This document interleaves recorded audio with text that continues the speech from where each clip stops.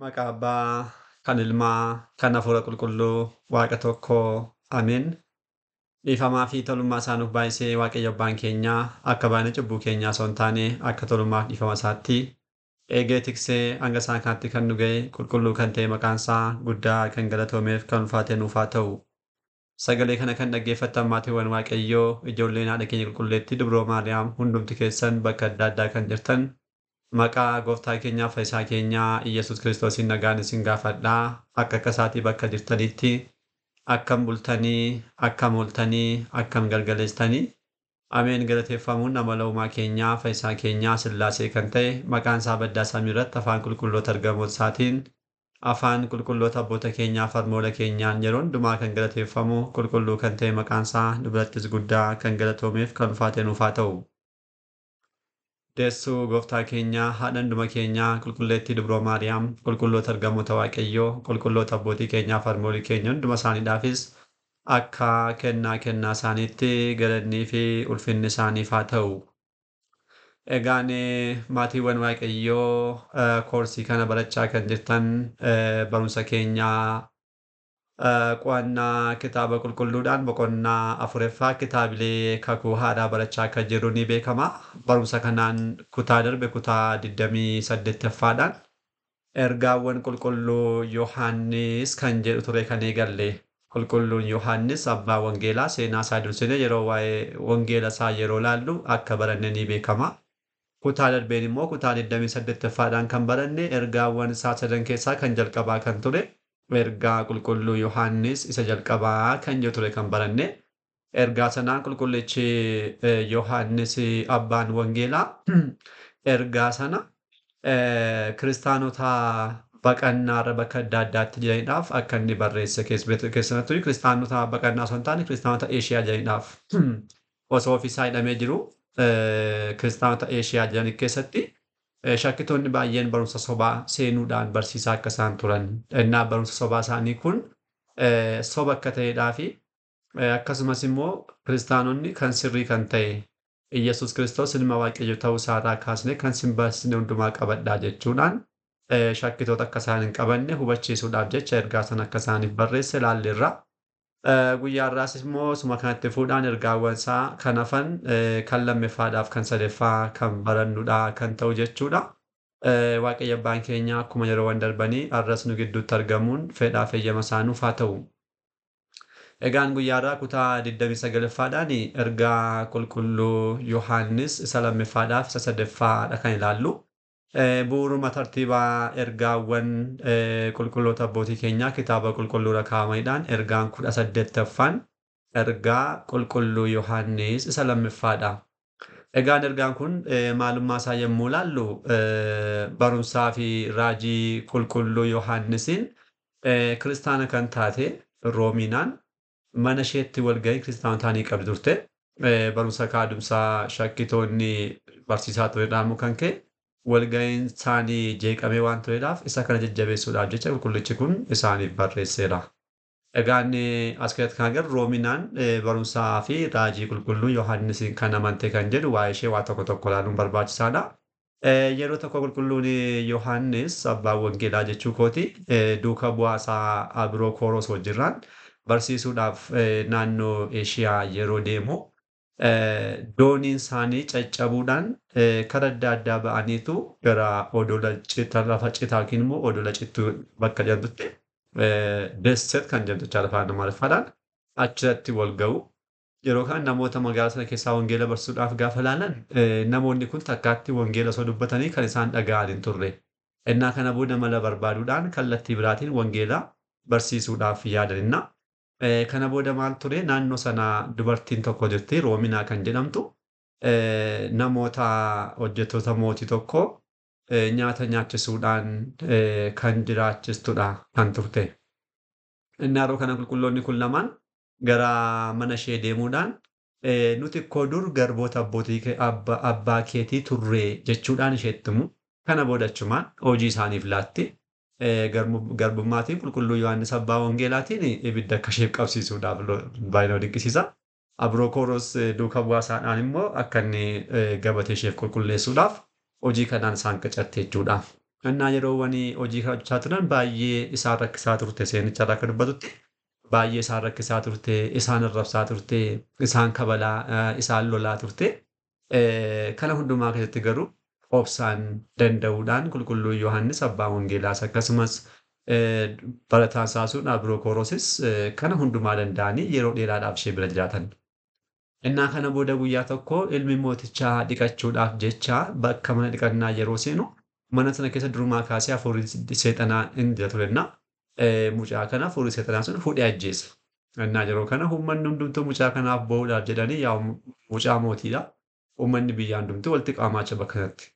Innaan isaa walitti qabaman kun yeroon kun jechuudha waan gaarii ta'eef qulqulloota kana lamaadhaaf qulqulluu Yohaannisiif qulqulluu Abirokorosiidhaaf waan gaarii isaaniif ta'e isaanis bakkuma sanatti namoota duukarra argaman yeroo isaan argaman roominaan jarreen kan duras baay'ee jibbitii baay'ee rakkisti waan ta'eedhaaf ammas achittis baay'ee arrabsootti isaan kaate yeroo kana qulqullichi Yohaannis arrabsoo ishee cinaamatti dhiisuudhaan maqaa gooftaa keenyaaf fayyisaa keenya Iyyasuus Kiristoosiidhaan irratti hammaattame jechuudhaan mallatteeffachuudhaan yeroo inni jedhu mucaan du'e sun ni ka'e jechuudha. Yeroo inni ka'u kun baay'ee nahan namoonni achi jiranis isheenis mootichis nahuudhaan isin waaqayyooliidha jedhanii gaafatan lakkii nuti waaqa miti. Garuu gadi bu'ee foon uffachuudhaan addunyaa hundumaadhaaf beezaa yookiin immoo kaasaa kaffaluudhaan dhala namaa hundumaa gara jireenya barbaatti kan deebise barattoota gooftaa keenya Iyyasuus Kiristoosidha jechuudhaan isaanitti himanii roominaadhaaf isaan kaan dhiifama isaan gaafatanii yeroo kana dhiifama godhanii fi waa'ee Kiristoos barsiisanii achumatti roominaanis akkasumas isaan kaan namoonni ishee wajjin turan hundumtuu Kiristoositti amanuudhaan cuubaman. Innaa dubartii kanadha jechuudha. Kana booda qulqullichi Yohaannisiif duukaa bu'aansaa mana ishee achumatti mana kiristaanaa gochuudhaan gara biyya biraa deemuudhaan barsiisaa osoo jiranidha. Achumatti barumsi shakkitootaan barsiifamu ni jalqaba. Innaa barumsa kanaan jecha qulqullichi Yohaannis bakka biraa taa'uudhaan ergaa kana dubartii kanaaf akkasumas mana ishee kanneen jiran kiristaanota biroodhaaf kan barreesse jechuudha. Ergaan kun boqonnaa tokkodha kan qabu. Keessumattuu waa'ee jaalalaan kaasa. Waa'ee jaalalaa qulqullichi duukaa bu'aa jaalalaas waan ta'eedhaaf jaalala bal'inaan kaaseera. Ittaan immoo waa'ee shakkitootaas kaaseera. Kanumaan xumureera jechuudha. Qabiyyeedhaan gaafa ilaalamu gabaabaa fakkaataa garuu keessa kan jiru immoo barumsa guddaa qabatee kan jirudha. Innaa ergaanii lammaffaa qulqullicha Yohaannis kan jedhamu isa kanadha. Taanee kan jiru ergaa qulqullicha Yohaannis isa sadaffaati. Ergaa sadii barreesse jenneerraa sadaffaan isa kanadha. Ergaa kanatti qulqullichi Yohaannis namicha gaarii kan ture Gaayiyyoos kan jedhamuudhaaf kan barreessedha ergaa kana. Gaayiyyoos nama kiristaana sirrii akkuma Abrahaamiif akka Loox keessummaa simachuudhaan kan beekamudha.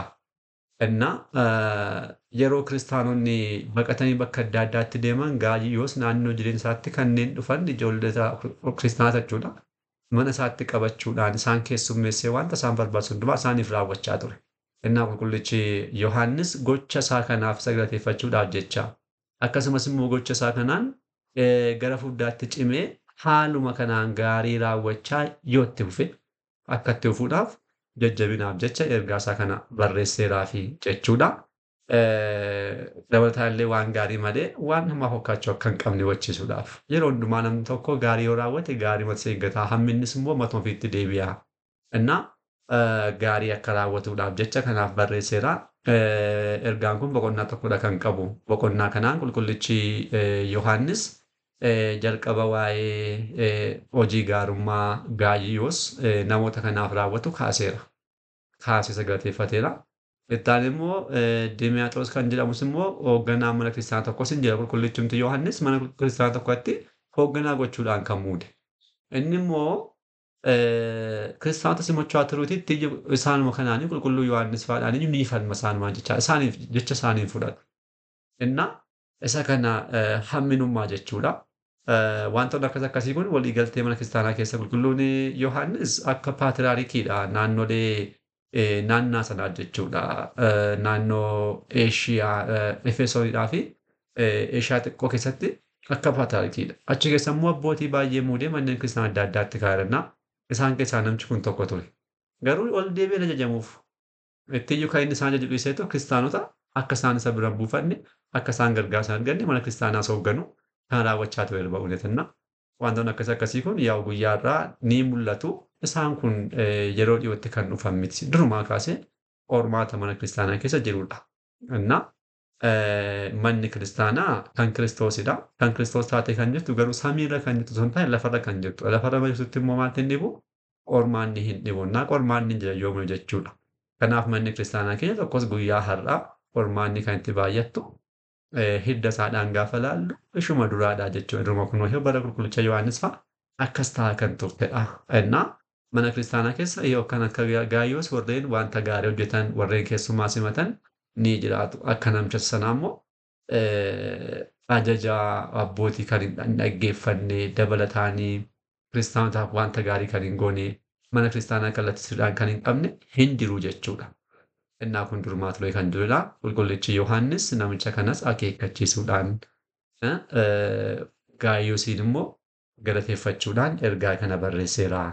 Gabaabumatti qulqullichi Yohaannis abbaan wangeelaa dursinee wangeela isaa kan baranne amma immoo ergaawwan isaa ergaa tokkoffaa Yohaannis lammaffaa Yohaannis sadaffaa Yohaannis jechuudhaan kan baranne isnumti kan barreessedha. Ilma Zebdiyoos haati isaa Maariyaam Baafuuriyaa kan jedhamtu obboleessa Yaaqoob guddichaa kan ta'e gooftaa keenyaaf fayyisaa keenya Iyyasuus Kiristoosiif keessumattuu jaalala addaa kan qabu waan ta'eedhaaf jaalallee gooftaa kan jedhame Paawuloogos kan jedhame maqaawwan baay'ee adda addaa kan qabu kitaaboleen kun kan barreeffaman isaanidha jenna. Itti aansinee gara fuulduraattis immoo xumuraatti kitaaba raajii kan jedhuun mul'ata Yohaannis kan jedhus kan ilaallu isumatti barreesse waan ta'eedhaaf isas bakka isaatti ilaallaa. Walumaa galatti kitaabolee 5 kitaaba qulqulluu keenya kakuu haaraa guyyaa irraa keessatti kan barreesse qulqullicha Yohaannis isa kanadha. Innaa ergaan isaa lammaffaa sadaffaan kana fakkaata. Guyyaa irraa fi barumsi asumatti nu haa ga'u. Kan itti aanu ergaa qulqulloota duukaa buutaa lamaan kan hafe kan qulqullicha Yaaqoobiif qulqulluu Yihuudaa kutaa itti aanuun kan ilaallu kan ta'u har'aaf asumatti nu haa ga'u. Abbaa sagalee kanaa kan ta'e Waaqayyo abbaa keenyaaf galanni ulfinni guddaan isaaf haa ta'u. Kutaa itti aanuun hanga deebinutti nagaa Waaqayyoon turtii gaarii galanni Waaqayyoof.